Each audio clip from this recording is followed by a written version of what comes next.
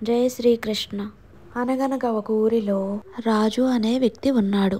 అతని భార్య పేరు సీత. తన ఇద్దరు పిల్లలు, అమ్మ అందరూ కలిసే ఉండేవారు. ఒకరోజు రాజుని సీత ఇలా అడుగుతుంది, ఈ సండే మనం బయటికి వెళ్దాం అనుకున్నాం కదా రాజు, మనము బయటికి వెళ్ళకుండా పిల్లలకి స్నాక్స్ ఫుడ్ నేనే చేస్తాను రాజు ఇంట్లో, ఆ డబ్బుల్ని ఊరికి వెళుతున్నా సరళకి ఇద్దాం అని అడుగుతుంది సీత. అప్పుడు రాజు నవ్వుతూ సరే నీ ఇష్టం అంటాడు. ఇదిగో నీకొక 600 రూపాయలు ఇస్తానని ఇస్తాడు. అప్పుడు సీత పనిచేసే ఆమెని పిలుస్తుంది. సరళ ఇలా రా, ఇదిగో నువ్వు ఊరెళ్తున్నావు కదా అని ఈ డబ్బులు ఇస్తుంది. సరళ చాలా ఆనందపడుతుంది. సరళ ఊరికి వెళ్ళి ఊరి నుంచి తిరిగి వస్తుంది. అప్పుడు రాజు ఇలా అడుగుతాడు, సరళ ఊరి నుంచి తిరిగి వచ్చావా, నీ పండగ ఎలా గడిచింది అంటాడు.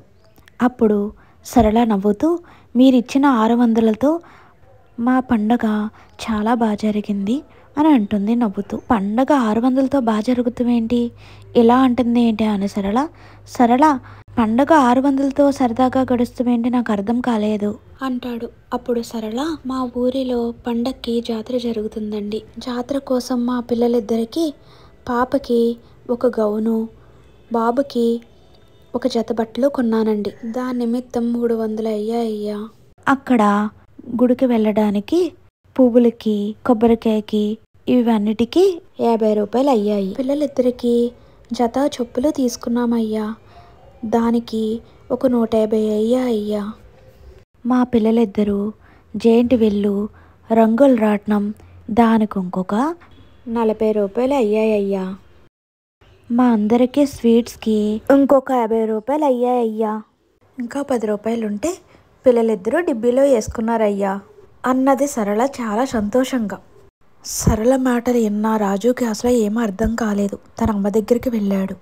అమ్మ నిన్నొకటి అడుగుతాను చెప్పు, సరళకి మనం ఒక 600 రూపాయలు ఇచ్చాము, ఆ 600 రూపాయలతో ఆమె చాలా ఎలా కొనుక్కుందమ్మా, నాకు అర్థం కావట్లేదు అన్నాడు.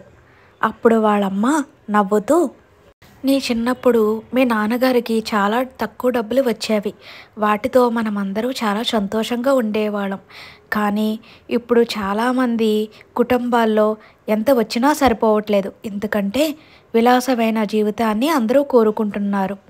అప్పుడు రాజు వాళ్ళమ్మతో ఇలా అంటాడు, అమ్మ ఖర్చులు కూడా చాలా పెరిగిపోయినాయి కదా అని. అప్పుడు వాళ్ళమ్మ అంటుంది, నేను మాట్లాడేది ఇంట్లో ఖర్చుల గురించే కాదు, చాలా రకాలుగా ఉన్నదానికన్నా కొంచెం మంది ఎక్కువ ఖర్చు పెడుతున్నారు, చాలామందికి ఆరోగ్యం పట్ల శ్రద్ధ లేదు.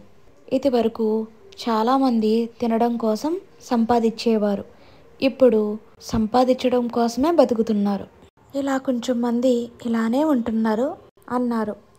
అప్పుడు రాజు కళ్ళు చెమర్చాయి.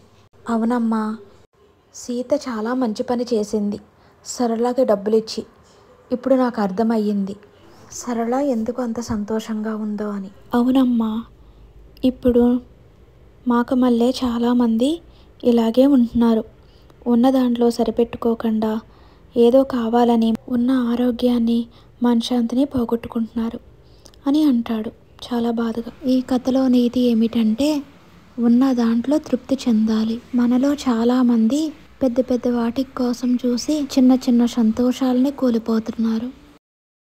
ఇలాంటి మంచి మంచి కథలు మీకు ఎన్నో కావాలంటే మా ఈ ఛానల్ని లైక్ చేయండి, షేర్ చేయండి, కామెంట్ చేయండి, సబ్స్క్రైబ్ చేద్దాం మర్చిపోకండి. శ్రీరామరక్ష.